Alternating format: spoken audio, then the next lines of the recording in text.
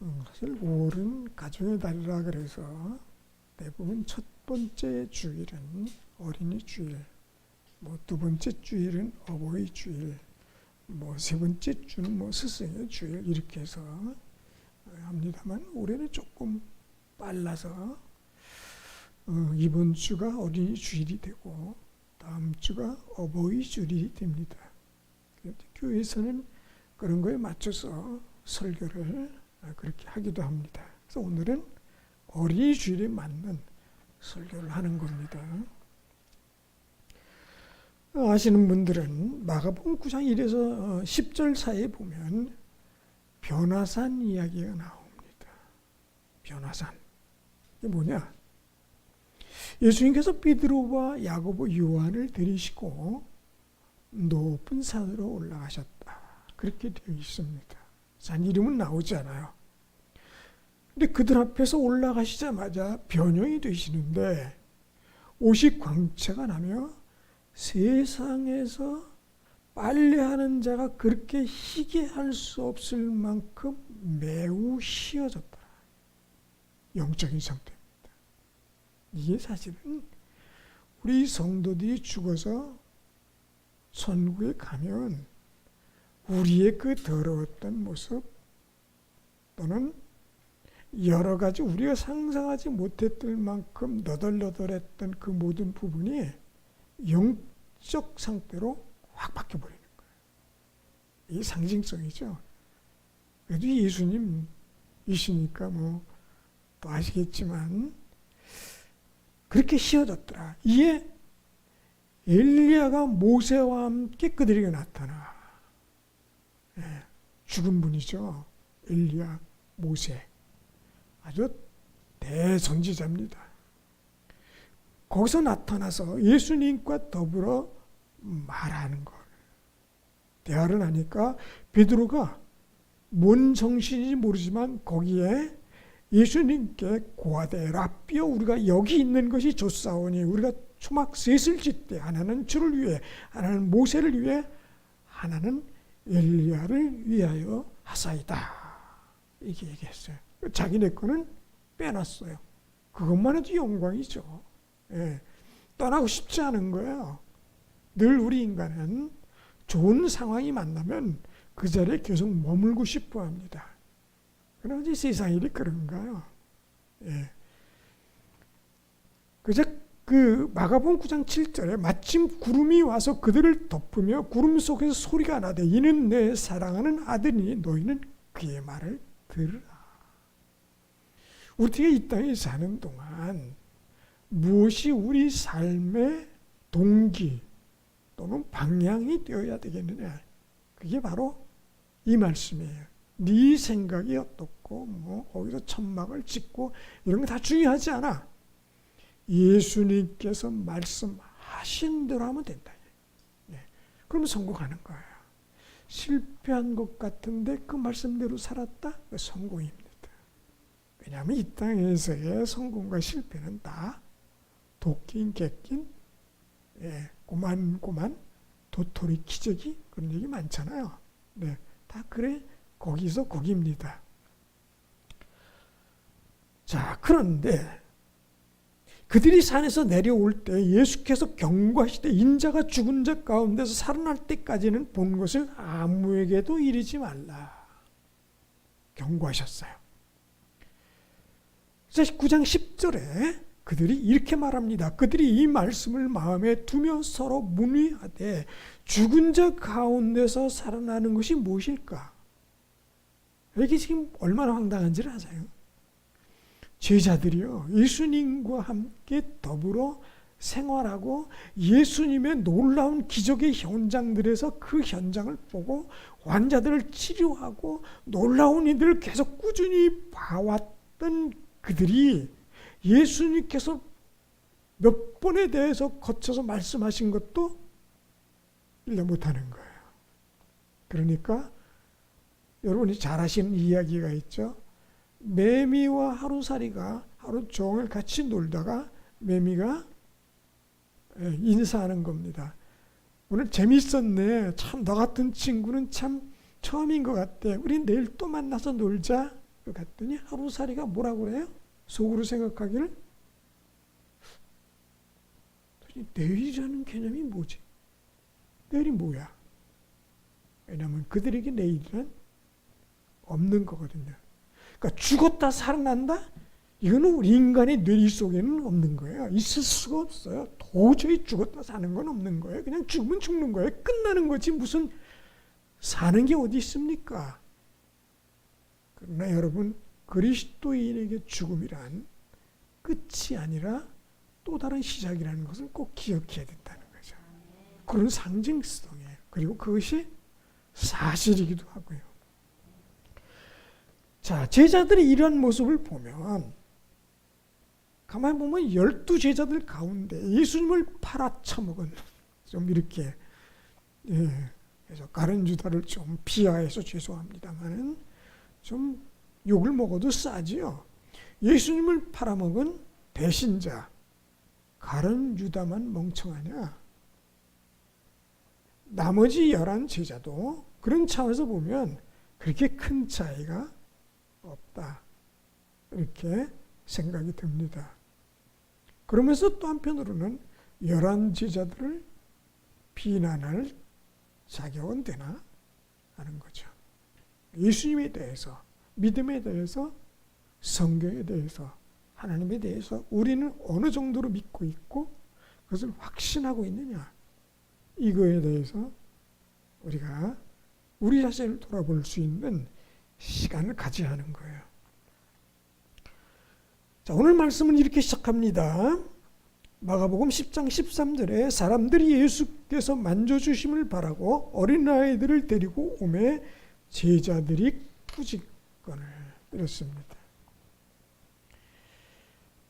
사람의 행동은요, 그 머리와 심령에 들어앉아 있는 것이 무엇인가에 따라, 그 신념에 따라 행동과 말이 결정되는 존재예요. 가끔 우리가 내 생각이나 내 마음과 다르게 했어, 그런 말을 하는 경우가 있잖아요. 거짓일 확률이 높습니다. 예. 술 먹은 사람들이 그러죠.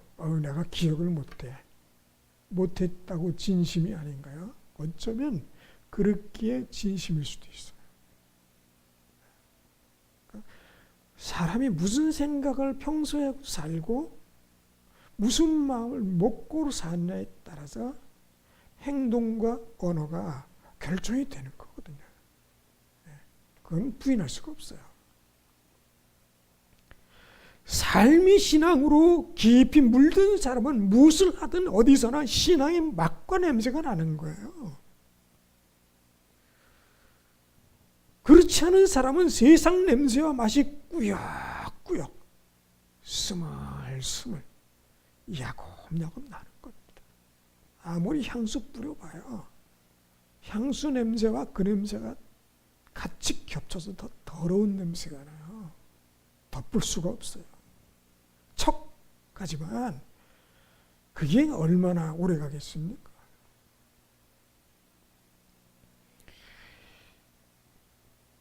예수님과 함께 먹고 자고 예수님 가시는 데를 쫄래 따라다닌다고 저절로 그리스도인 되는 것이 아니라는 것을 보여주는 거예요. 그게 오래 다녔다고 그리스도인이라고 생각하면 그것도 착각이에요. 네. 길이와 관계없어요. 깊이와 관계가 있습니다. 얼마나 깊이 그 마음과 생각에 그리스도의 그 생각과 말씀이 오래 침투되어 들어간다는 거예요. 오늘 본문 현장에요, 만약에 오늘 이 그 성경에 나오는 현장에 좀 그래도 이렇게 표현해서 좀 그렇습니다만 방귀깨나 끼는 사람, 기침 좀 하는, 침 좀 뱉어본 사람이 들어왔다 그러면 어떻게 됐을까요, 제자들이? 우리 어떤 행사를 할 때 그래도 뭐 좀 한다는 사람이 오면 우리는 어떻게 대하느냐 하는 거예요. 예. 아이고 이쪽으로 오세요. 이 어린아이들 어마어마한 사람이 모여 있죠. 좀 이름 좀 있고 지위도 좀 있고 돈도 좀 있는 사람이 왔다. 그러면 아마 아무리 없어도 VVIP석은 따로 다 있는 거거든요. 빼려고만 하면. 다 있습니다. 우리 마음의 자리도 마찬가지예요. 바쁘다고요? 시간이 없다고요? 정말 중요한 것은요. 다 합니다. 솔직하게 다 하잖아요. 돈이 없다고요? 그래도 진짜 쓸 때는 쓰잖아요. 예. 이게 그 사람의 신념과 가치라는 겁니다. 그러니까 만약에 유명한 사람이 왔으면 이렇게 대응을 안 했을 거란 말이에요. 이게 세상의 인심이고 세상 살아가는 방식입니다. 이걸 굳이 악하다 뭐 말할 것도 없어요. 왜냐하면 나도 그러니까요. 그렇지 않은가요? 그러니 이 현장에 볼 것 없는 것들이 좀 죄송합니다. 애새끼들을 이런 자리에 데리고 와서 고개를 들이민다? 누가 좋아하겠냐 말이에요. 누가? 그러니 당연히 냉소와 멸시로 대우하는 거예요. 주로 그 아이들을 데리고 오는 사람은 여자예요. 왜냐하면 자식에 대해서 진짜 큰 관심을 가지고 있는 것은 엄마거든요. 가끔 아버지도 없는 건 아니에요. 그러나 진짜 자식이 잘 되기를 바라는 마음은 엄마의 마음이 훨씬 크거든요. 사람 취급도 못 받는 그때 당시의 풍습에 의하면 여자가 그것도 애들을 데리고 와가지고 거기서 말이죠. 예수님께 안수를 받겠다고 들이미는 걸 누가 좋아하겠냐 말이에요. 이거 완전히 분위기 모르는 분위기 있게는 참 철없고 무지한 못난 것들이라는 인식이 될 수밖에 없는 거예요. 마가복음 9장 13절에는요. 예수님께서 이렇게 말씀하십니다. 그러나 내가 너희에게 이르노니 엘리야가 왔을 때 기록된 바와 같이 사람들이 함부로 대우하여 이런 선지자가 나타나면 사람들이 극진히 대할 것 같은데 아니라는 거예요. 하나님이 사람이고 뭐고요. 내 마음에 맞는 소리를 해야지 내 마음에 맞지 않는 이상한 소리 하거나 내가 듣기 싫은 소리 했다. 그러면 죽을 각오해야 돼. 몇 사람은 더 이렇게 모아가지고 돌로 쳐 죽이는 거예요. 그런 일이 다반사했으니까요. 엘리야를 그렇게 대했는데 그럼 예수님은 어떻게 대우받으셨나요? 더 했죠. 마가복음 9장 12절에 이르시되 엘리야가 과연 먼저 와서 모든 것을 회복하거니와 어찌 인자에 대하여 기록하기를 많은 고난을 받고 멸시를 당하리라. 이게 무서운 말씀이에요. 이게 사실은 멸시를 받는 거예요. 하나님 안다고 믿음이 있다고 그렇게 말을 하는데 어디요? 달라이죠. 다른 겁니다. 제자들만 어린 나이와 또는 다른 사람에 대한 태도가 이랬을까요? 이게 하나님의 말씀 성경으로 잘 정립되면 나타나는 태도가 달라진다는 거죠. 그래서 예수님께서 하신 이런 것이 하나의 우리에게 롤 모델이 되어야 되는 거예요. 사람에 대한 태도, 어린아이에 대한 태도, 하나님 말씀에 때한테도 이런 것이 잘 정립이 되어야 됩니다. 자, 이렇게 예수님께서 그 제자들을 보니까 이게 뭐 예수님께서 만져주심을 바라고 어린아이들을 데리고 오자 제자들이 막 애들은 가라. 어디서 많이 들어본 얘기죠. 예. 여러분이 들어보셨는지 모르지만 우리 어렸을 때는 그 뱀장사도 있고요. 뭐 사기 약 파는 사람들 있잖아요. 그러면 기웃기웃하면 하는 얘기 꼭 있잖아요. 애들은 가. 그냥 하는 얘기죠. 왜냐하면 그것도 사실이기도 하고요. 애들은 결국 약을 안 살 거니까 뱀을 먹을 것도 아니고, 예. 그러니까 필요 없는 존재라는 개념인 거예요. 그것도 마찬가지예요. 예. 꾸짖는 거예요. 애들을 꾸짖는 겁니까? 그 애들을 데리고 온 어른을 꾸짖는 거예요. 꾸짖을 위치에 있는 사람입니까? 예수님의 제자들이. 그런데 이게요, 참 호가호위예요. 자기 권위가 아닌데 예수님의 권위인데 그것을 가지고 마치 위에 있는 것처럼, 돈이 있는 사람이 목소리가 큰 이유는 자기가 그런 권위를 가지고 있는 것처럼, 정치인들이 마치 자기가 그런 권위를 가지고 있는 것처럼, 대통령은 마치 그런 권위를 가지고 있는 것처럼 오만한 거예요. 그래서 대통령이 되면 준비되지 않은 대통령은 교육을 시키는 거예요. 처음에는 문제가 많을 수 있어요. 끝까지 그럴 수 있기도 하고요. 예수님께서 가르치시는 겁니다. 14절 그렇습니다. 마가복음 10장 14절에 예수님께서 또 말씀하시죠. 예수님께서 보시고 노하셔서.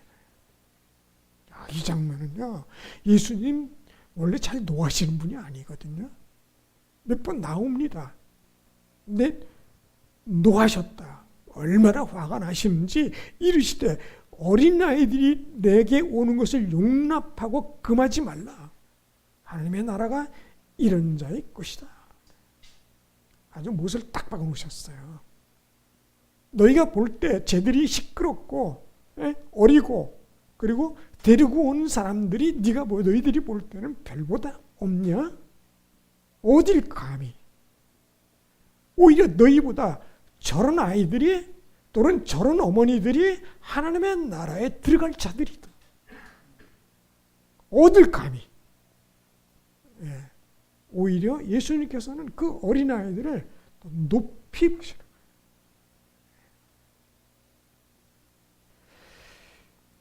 성경은 일관되게 하신 말씀이 있습니다. 그것이 뭐냐면 축복 중에 진짜 축복이 뭐냐면 자녀예요. 아이입니다. 자녀를 좀 낳아봐야 합니다. 낳을 수 있어야 합니다. 시편 121편 3절 5절에 보라 자식들은 여호와의 기업이요 태의 열매는 그의 상급이다. 이렇게 말씀하셨어요. 그러니까 결혼하고 아이를 낳고 이게 여호와의 기업이라는 거예요. 지금 이 기업이 무너지면요 망하는 거예요. 한국 교회가 지금 굉장한 위기입니다. 아이를 적게 낳아서도 위기지만 아이들이 점점 없어지고 있어요. 안 오는 거예요. 관심이 없어요. 하나님께서 그 결혼해서 아이를 주시는 것은 여인의 몸에 아이를 품을 수 있는 능력을 심어주셨어요. 거기서부터 그 상급이 시작되는 거예요.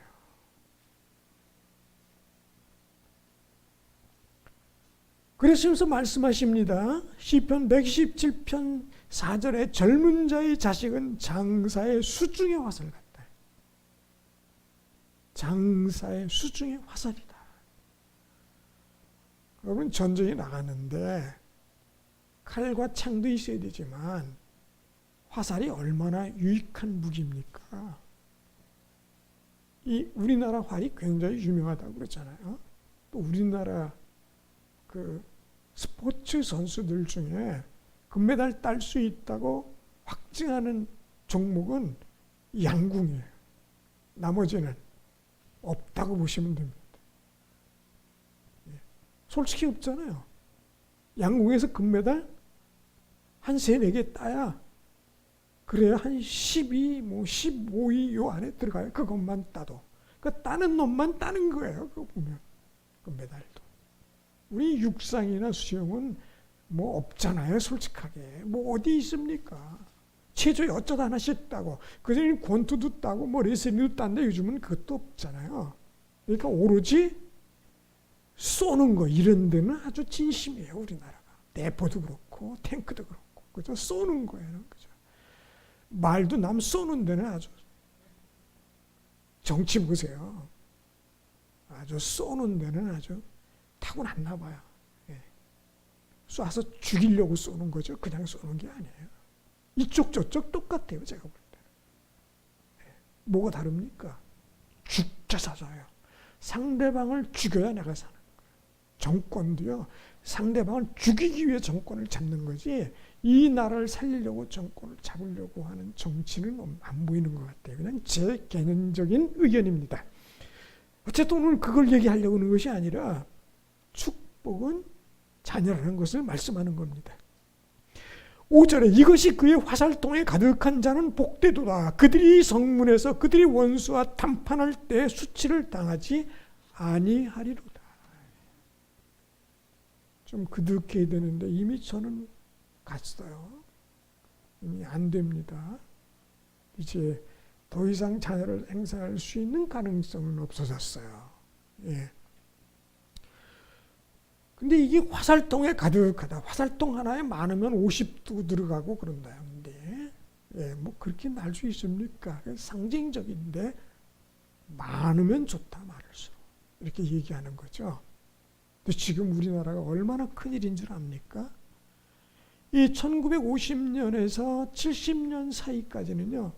1년에 100만 명씩 신생아를 출생했어요. 굉장히 많죠. 그런데 최근에는요. 작년에요. 27만 4천 명. 4분의 1이에요. 이게 어떻게 된 줄 아세요?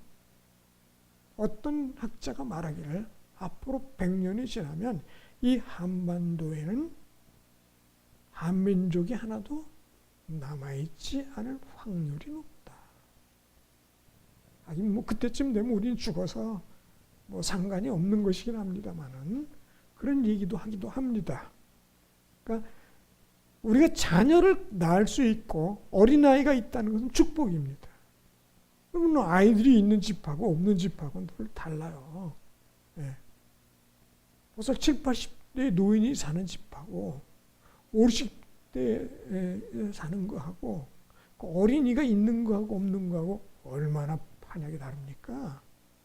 어린아이들 딱 들어오면 벌써 확 생명이 싱싱하고 생생해요. 예.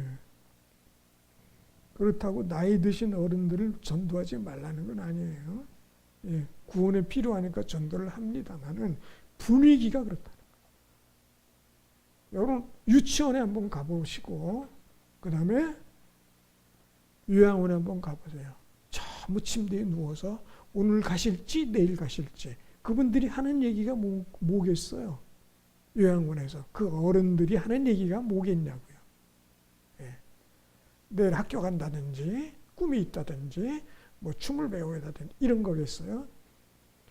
지난밤에 3층에 105실에 있는 노인네가 죽었대. 그런 얘기 주로 과거 얘기, 미래는 없습니다. 이 어린아이가 있다는 건 축복이라는 거예요. 그런 차원에서. 그렇다고요. 되도 않는 애들을 잔뜩 낳는다고 무조건 축복만은 아닙니다.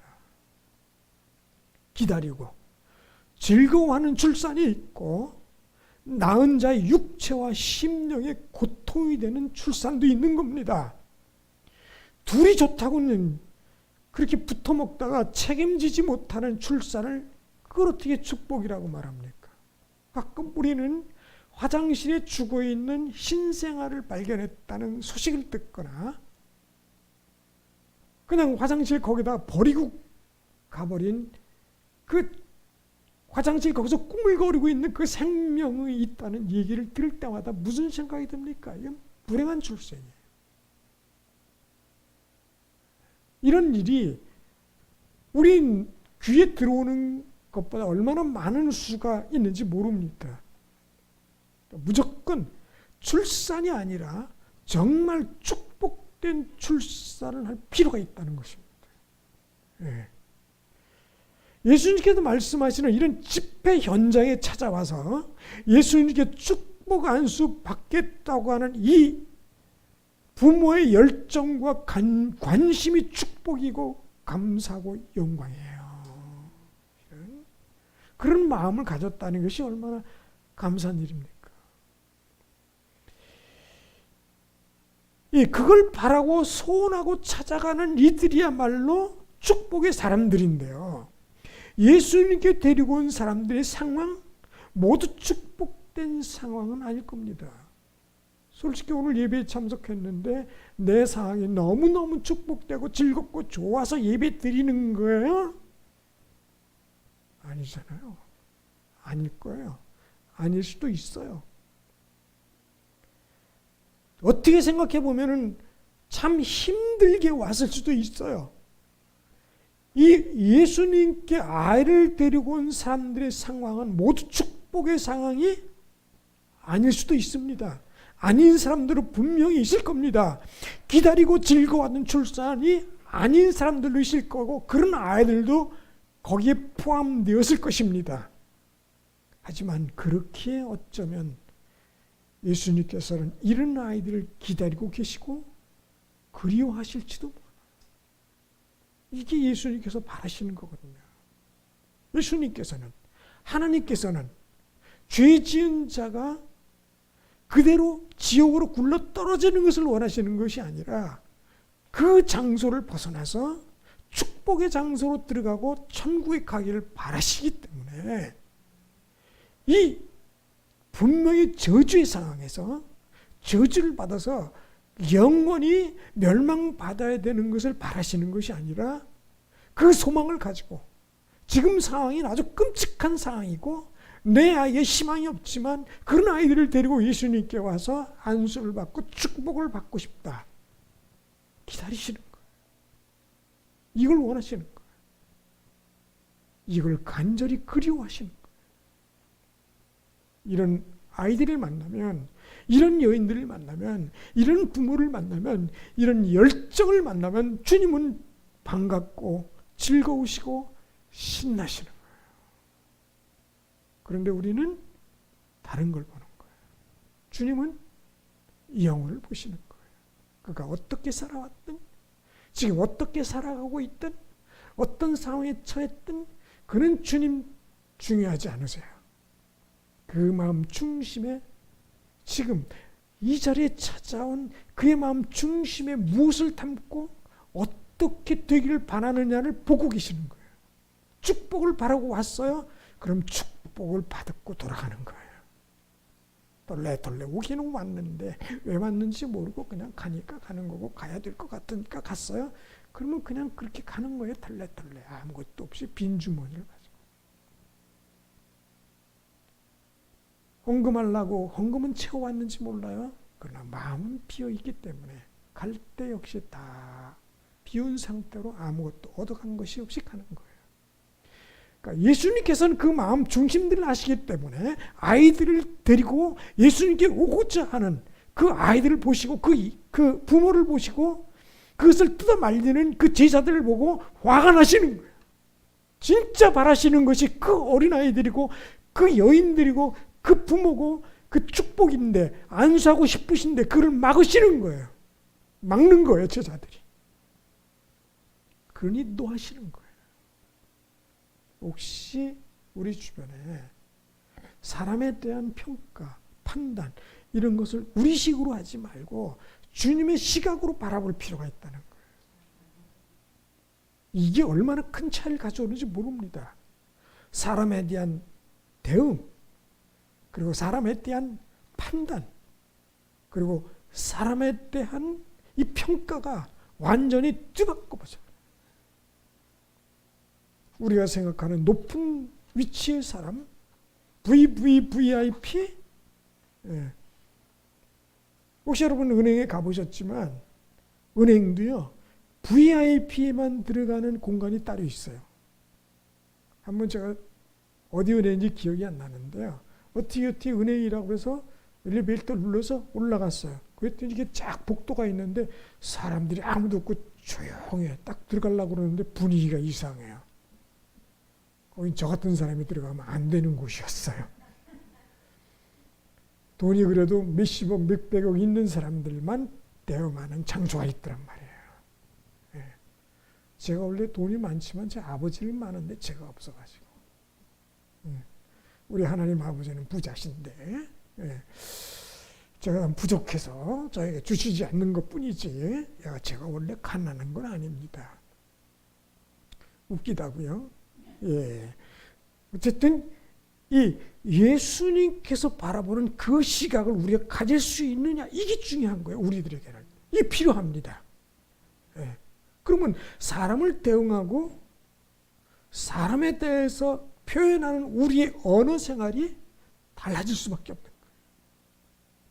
아마 이 이후의 제자들은 많이 달라졌을 거예요. 어린아이들이 오거나 연들이 아이를 데리고 오면 제일 먼저 VVVIP석을 따로 내주고, 물론 좀 시끄럽겠지요. 아이들이 집중력이 얼마 안 가잖아요. 솔직하게. 또 예수님께서는 말씀을 또 아이들에게 맞게 잘 하실 수도 있어요. 워낙 능력이 많으시니까. 솔직히 우리가 해보면 알지만 그게 됩니까? 잘 안 되잖아요. 그래서 우리 민들레학교 있지만 그 전에 그 단기할 때 뭐 어느 대학교에서 뭐 유명한 강사고 어쩌고 오면 일주일이면 더 못하겠어요. 털털 나가는 분들이 많아요. 왜요? 들을 준비가 전혀 안 된 개인의 아직 독립성이 아주 특별하게 강한 아이들. 누구의 말도 안 들으려고 하는. 나이가 어릴수록 그런데 그러나 부모의 열정이 그 정도라면 그 아이들은 축복받은 아이들이라는 겁니다. 이런 아이들이 앞으로 여기에 꽉 찰 수 있기를 주의 이름으로 부탁을 드립니다. 그러나 예수님께서 어떻게 하십니까? 제자들의 반응은 내쫓는 거예요. 오지 말라. 그러나 주님은 어떻게 하십니까? 가까이 부르셨어요. 그리고 여기에 이렇게 간단하게 되어 있어요. 오늘 그 말씀에 이렇게 말씀합니다. 그 어린아이들을 안고 그들을 위에 안수하시고 축복하시니라. 주님은 자신을 누구든지 간절히 찾고 소원하고 바라는 자들은 반드시 만나주시고 안수하고 축복하신다는 거예요. 혹시 이 자리에 오실 때 우리도 그렇잖아요.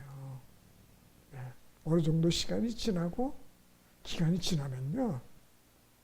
예배에 대한 이 경건성, 열정, 뜨거움 이런 것들이 어느 순간 서서히 옅어지면서 마치 결혼 생활 한 100년쯤 같이 한 사람처럼 어떤 놀라움도 없고 손을 만져도 기쁨도 사라지고 같이 봐도 뭐가 뭔지 모르는 느낌도 없는 것 같은 그런 관계가 될 수 있는 위험성이 늘 있을 수 있어요. 신앙생활도 시간이 지나면.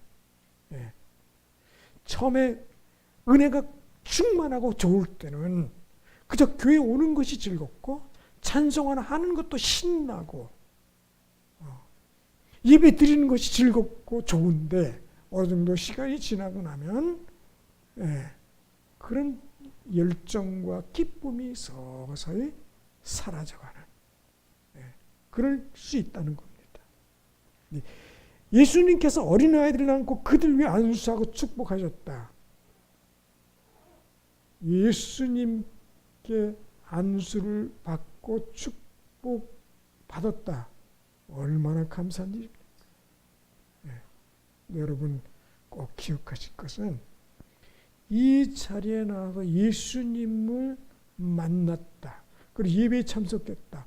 그분께서 우리 눈에 보이지 않지만 이미 우리를 맞아주시고 우리에게 안수하시고 축복하고 계시다는 거예요. 마음이 간절하네. 그냥 오기는 왔는데 열정도 없고 그냥 부족한 상태로 그렇게 와서 이제 됐네. 가자. 일주일이 내 거야. 가요. 그럼 주님이라고 그거 모르겠어요. 척 보면 아는 거죠. 관심법은 아니에요. 아는 거죠.